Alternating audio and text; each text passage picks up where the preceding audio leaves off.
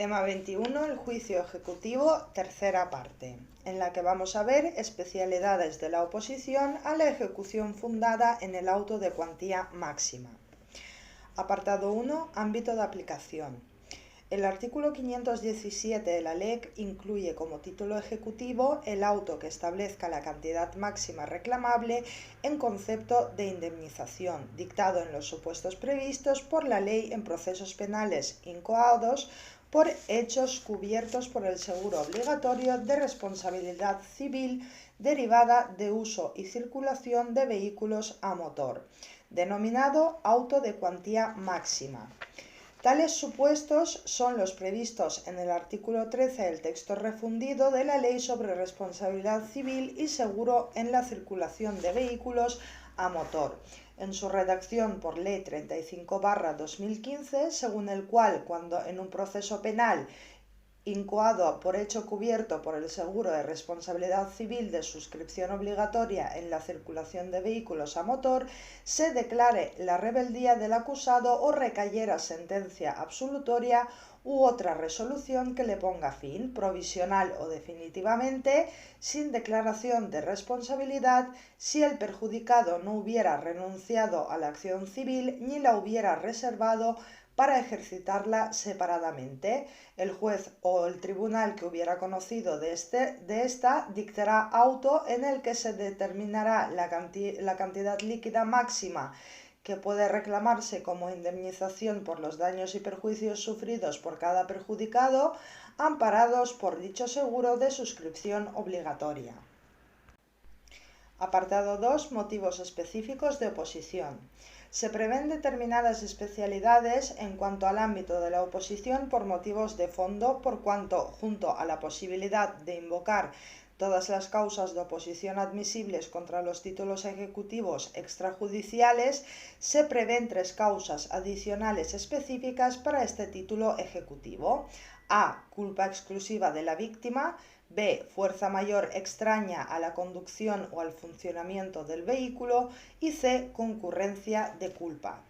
Dichos motivos de oposición se adecúan a lo dispuesto en el artículo 1 del texto refundido, que tras disponer que el conductor de vehículo a motor es responsable de los daños causados a las personas o en los bienes con motivo de la circulación, en el caso de daño a las personas, de esta responsabilidad solo quedará exonerado cuando pruebe que los daños fueron debidos a la culpa exclusiva del perjudicado o a fuerza mayor extraña a la conducción o al funcionamiento del vehículo.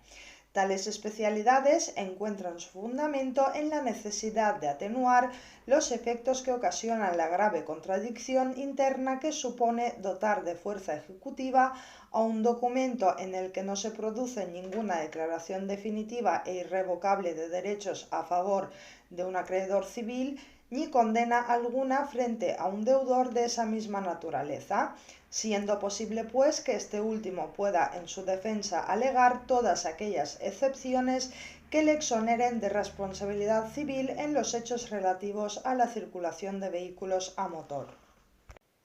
Subapartado A. Culpa exclusiva de la víctima.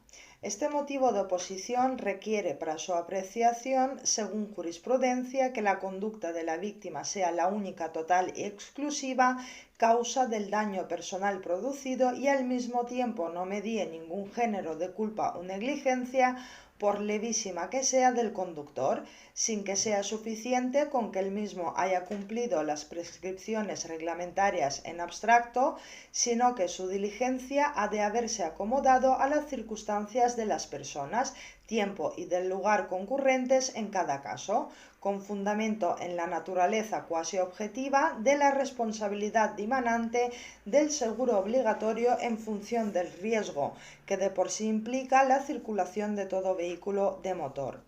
La carga de probar este motivo de oposición recae sobre quien invoca la excepción, que es la compañía asegurada.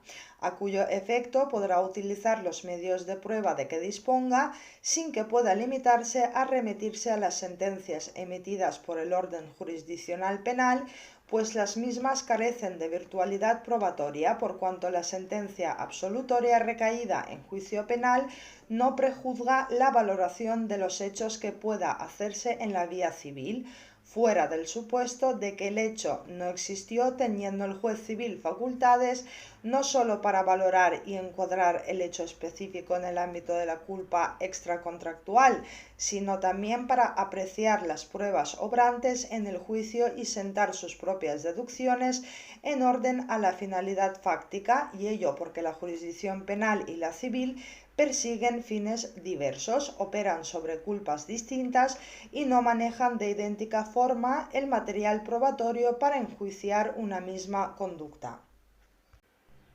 Subapartado B. Fuerza mayor. Se contempla la fuerza mayor como una de las causas de exoneración de responsabilidad respecto de daños en las personas producidos por la circulación de vehículos a motor, si bien exige que se trate de fuerza mayor extraña a la conducción o al funcionamiento del vehículo, excluyendo en todo caso como supuestos de fuerza mayor los defectos del vehículo, así como la rotura o fallo de alguna de sus piezas o mecanismos. Y subapartado C. Concurrencia de culpas.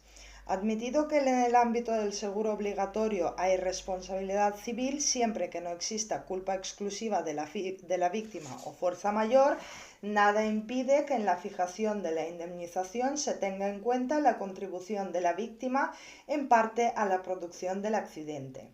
Cuando se estime la apreciación de negligencia por parte del conductor y la del perjudicado, se habrá de proceder a la equitativa moderación de la responsabilidad y al reparto en la cuantía de la indemnización, atendida la respectiva entidad de las culpas concurrentes.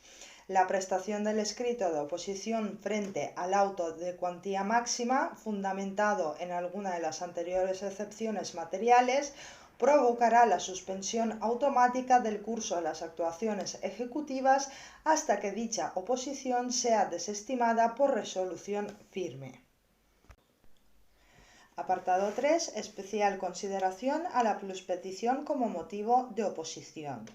Surgen en la práctica variados problemas en relación con la pluspetición como causa de oposición al auto de cuantía máxima, los cuales presentan como rasgo común que el demandado entiende que la cuantificación de los daños y perjuicios fijadas en el auto o los intereses aplicados resultan excesivos. Entre dichos problemas merecen especial atención los dos siguientes.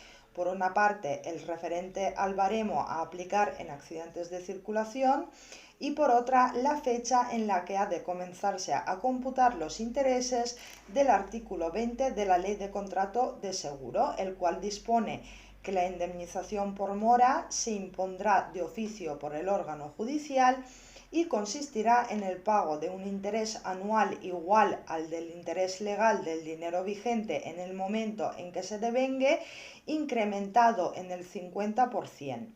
Estos intereses se considerarán producidos por días sin necesidad de reclamación judicial.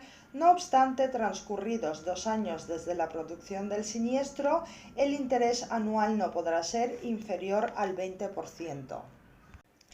Con respecto a la primera de las enunciadas cuestiones, las audiencias provinciales han mantenido dos tesis contrapuestas: la que sostiene que ha de aplicarse el baremo vigente a la fecha del accidente y la que mantiene la fecha de la sentencia a los efectos de su aplicación.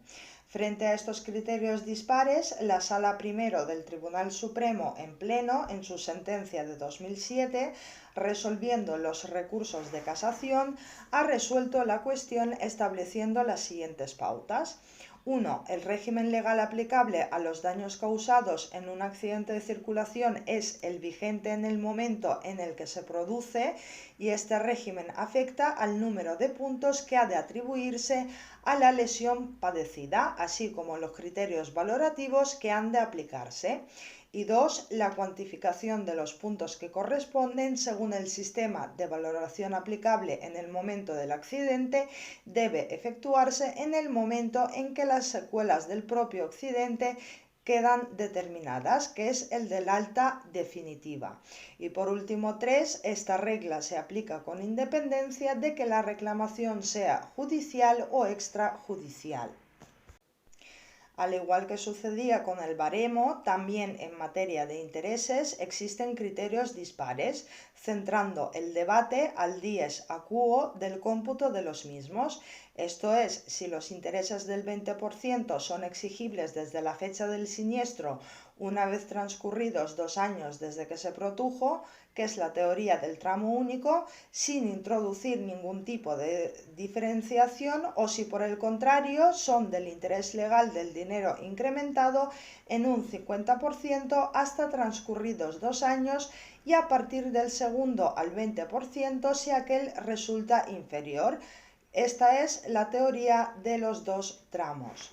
La sentencia del Pleno del Tribunal Supremo de 2007 acoge la teoría de los dos tramos, señalando que durante los 2 primeros años desde la producción del siniestro, la indemnización por mora consistirá en el pago de un interés anual igual al del interés legal del dinero vigente cada día, que será el correspondiente a esa anualidad incrementado en un 50%, y a partir de esta fecha el interés se devengará de la misma forma siempre que supere el 20%, con un tipo mínimo del 20% si no lo supera y sin modificar por tanto los ya devengados diariamente hasta dicho momento. Apartado 4. La impugnación de actos ejecutivos concretos. Con independencia de la oposición a la ejecución formulada por el ejecutado, el artículo 562 de la LEC permite a cualquiera de las partes legalmente habilitadas para intervenir en la ejecución denunciar la infracción de cualquier precepto legal que regule los actos ejecutivos concretos que se adopten en el procedimiento por alguno de los siguientes cauces procesales. 1. Por medio de recurso de reposición si la infracción constara o se cometiera en resolución del Tribunal de la Ejecución o del letrado de la Administración de Justicia. 2. Por medio de recurso de apelación, pero únicamente en los casos en que expresamente se prevea en la LEC. 3. Mediante escrito dirigido al Tribunal si no existiera resolución expresa frente a la que recurrir en el que se expresara con claridad la resolución o actuación que se pretende para remediar la infracción alegada. Y 4. Finalmente, por medio de los cauces dispuestos en los artículos 225 y siguientes de la LEC, para denunciar la nulidad de los actos procesales si concurre alguna de dichas causas de nulidad. Cuando dicha nulidad hubiera sido alegada ante el letrado de la Administración de Justicia o éste entendiere que hay causa para declararla, dará cuenta al tribunal que autorizó la ejecución para que resuelva sobre ello. Y terminamos el tema con el apartado 5 de la cosa juzgada. Debido al carácter limitado de la cognición de estos procesos sumarios, la jurisprudencia sigue predicando la misma naturaleza que la sostenida durante la vigencia de la Ley de 1881.